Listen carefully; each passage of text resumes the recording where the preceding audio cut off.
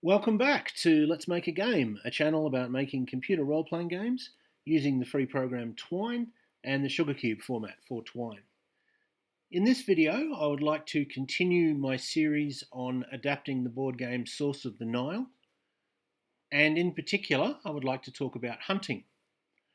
What I've got here is a table that somebody has made based on the original rules, which deals with hunting, as you can see from the name. The way it basically works is that you cross-reference the roll of a die with the terrain that you're in. So let's say you're in mountain, you would choose column 5, and then if you roll a 4, you cross-reference that column 5 with result 4, and that gives you 2, and that means two rations per hunter. So the people that can hunt are yourself, the player character, and then in the original game, the Askaris, what we're calling guards in the computer version that we're doing.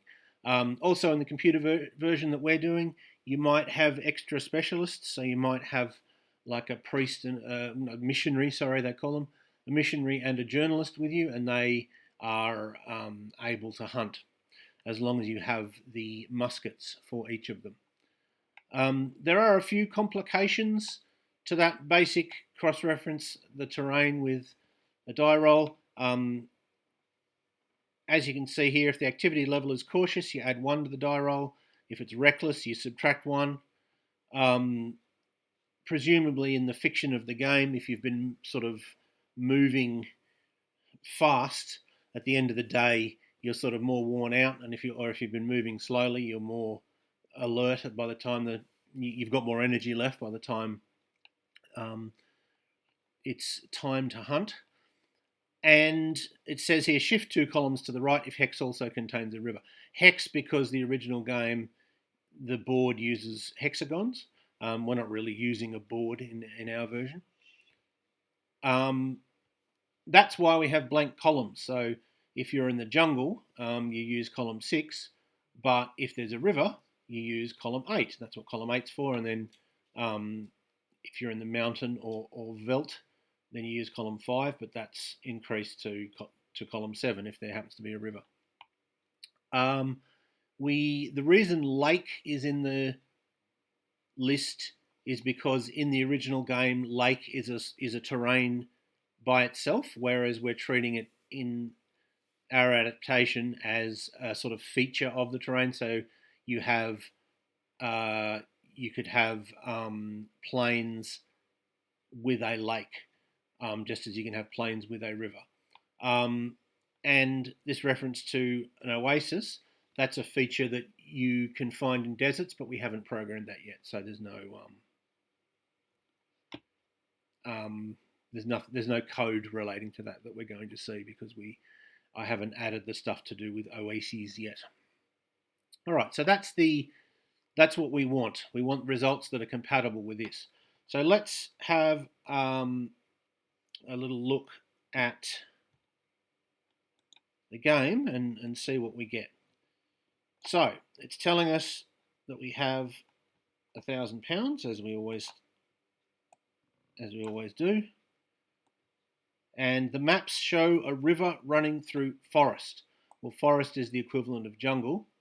So a river running through forest, we'd start in column 6 and then we'd add 2 because there's a river. So we're in column 8, which is the best possible one.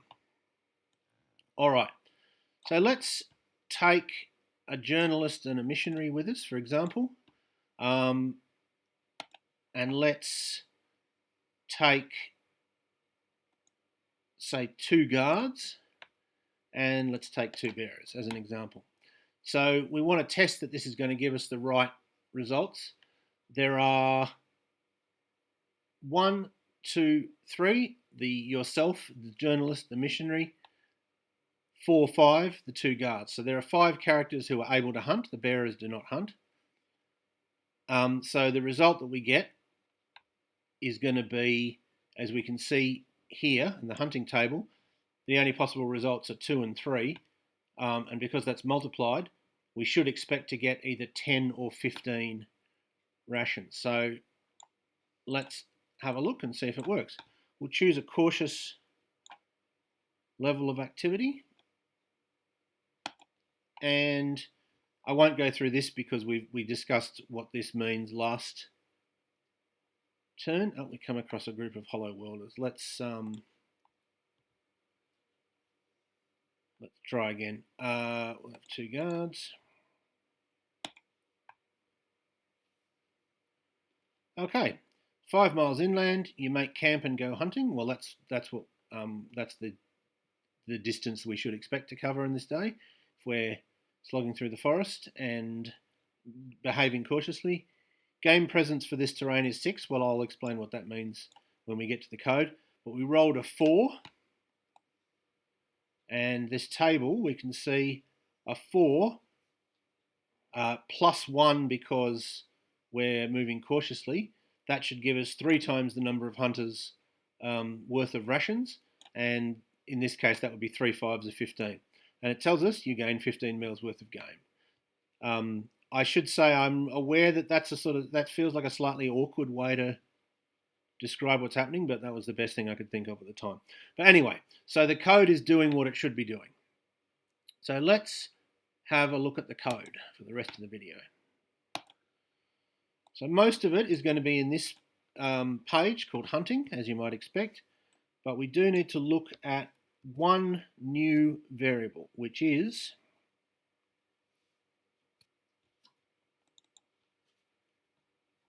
$HT, standing for hunting terrain, I guess. So this is an array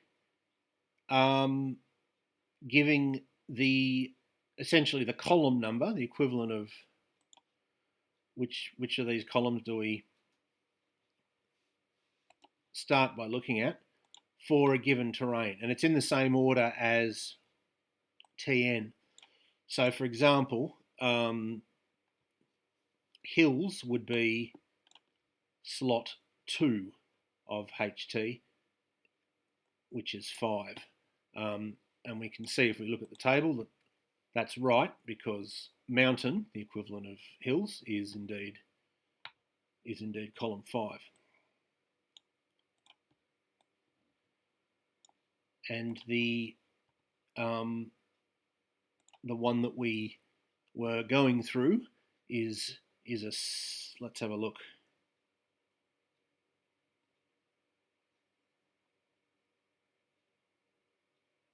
Is a 6. So that's what that message, the prevalence of game, that's what that means. It's essentially what column in the table to begin by looking at, and then you add 2 to it if there's a river as well, or actually if there's a river or a lake in this version. All right, so let's have a look at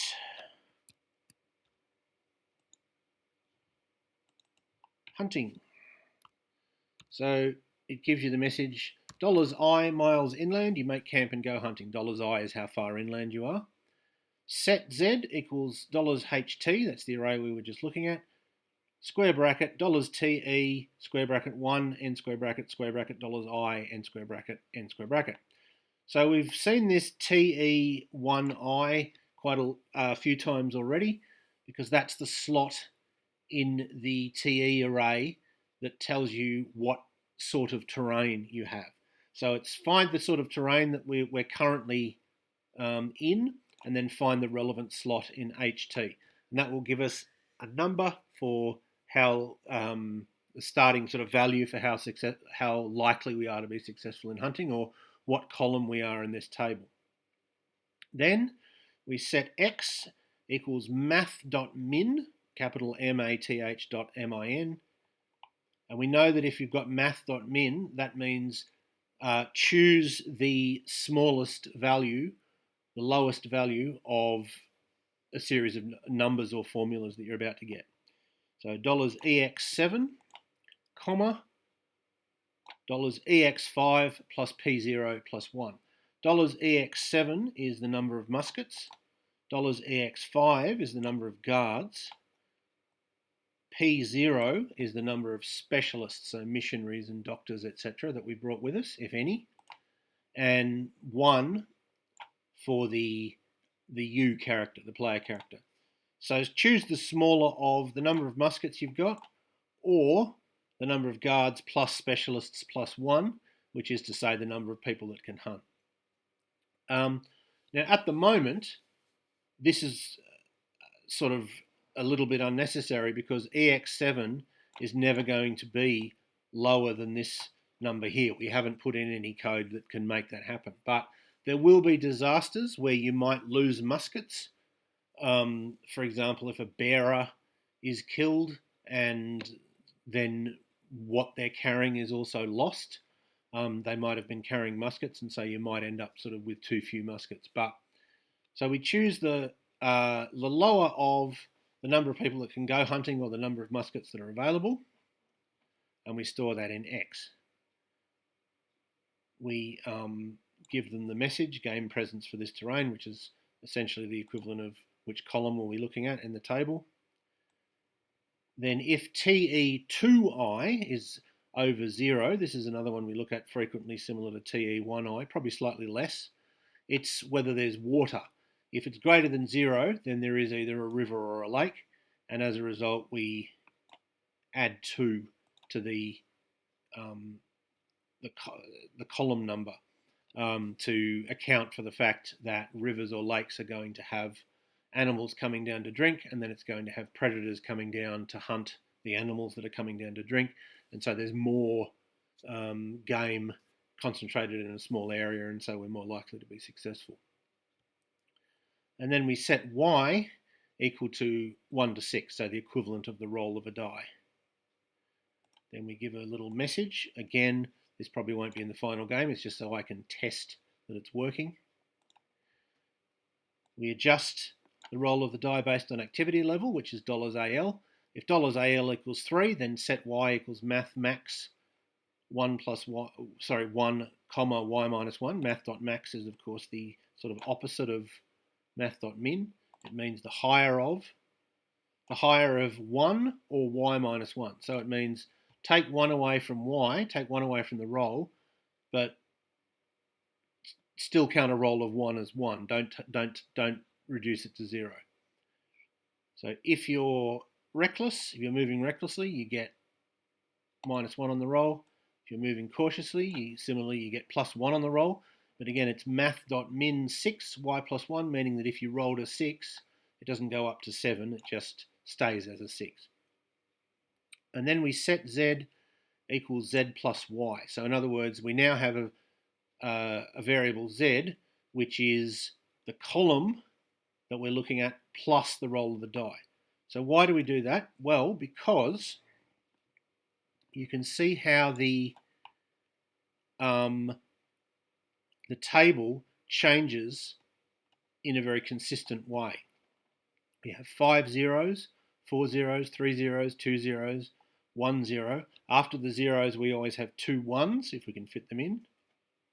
Then we have 2 2s, if we can fit them in. And then it's all 3s. So instead of having a two-dimensional array, we could have had a two-dimensional array where one dimension is this column and one dimension is the die roll. But instead, we can just combine the numbers and look up the result that way. So for example, let's say I'm looking at this slot, the column 4 and a die roll of 3. Well, the total of that is 7, but every other, as in the total of the column plus the die roll is 7, every other combination that adds up to 7 is going to give the same result of 1. So 6, 1, that gives 1. 1, 6 gives 6. 2, 5, 3, 3, 4, and so on. And that's the same for every other combination. 7 plus 4. Actually, that's not a good example because you can't roll a 7. 6 plus 4 gives a result of 2. But so does 5 plus 5, another way of getting 10, and so does 4 plus 6. So we just need that single number. That's the combination of the die roll and the column. And then we say if z is less than 7, then set z to 0. So z is now going to be, it's going to move from being the die roll plus the column number. It's now going to be the number of rations we get. If Z is less than 7, then set Z to 0. If Z is less than 9, set Z equal to X, which is the number of hunters. If Z is less than 11, set Z equal to X times 2. Else set Z equals X times 3. So less than 7 because 7 is the minimum total you need to get 1. Less than 11 because, less than 9 because 9 is the minimum needed to get a result of 2. And then less than 11 because 11 will get you a result of 3.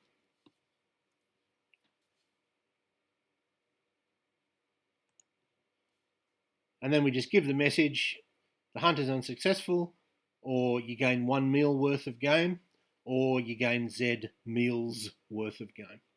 And then we move to starvation. We don't add that number to the rations because you don't get to keep rations that you hunt. Unlike rations that you buy initially and take with you, rations that are actual game will spoil. In other words, you need to use them straight away, or they're wasted, whereas presumably the rations that you're buying are hard biscuit or smoked meat or stuff like that that's going to last. Then we go to starvation, which is where we're going to see whether we have enough food. And we haven't done that yet. We just have a note that says Z is the number of rations gained by hunting. So that's what we'll be dealing with in a future video. But that is how hunting works. So I hope that was useful or interesting to at least some of you, and I hope you will tune in next time.